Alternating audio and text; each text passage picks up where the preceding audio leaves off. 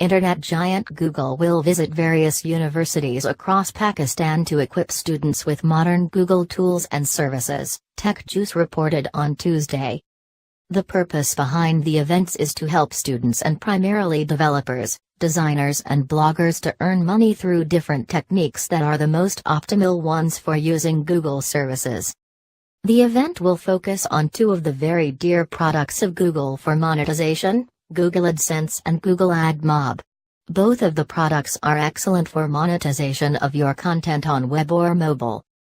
Google's team of professionals and technical experts will visit Pakistan and meet internet marketers, developers and bloggers to explain strategies that are successful in other emerging markets. In the wake of increase in number of internet users and even more mobile users, Pakistan is considered to be a good market to promote Google tools.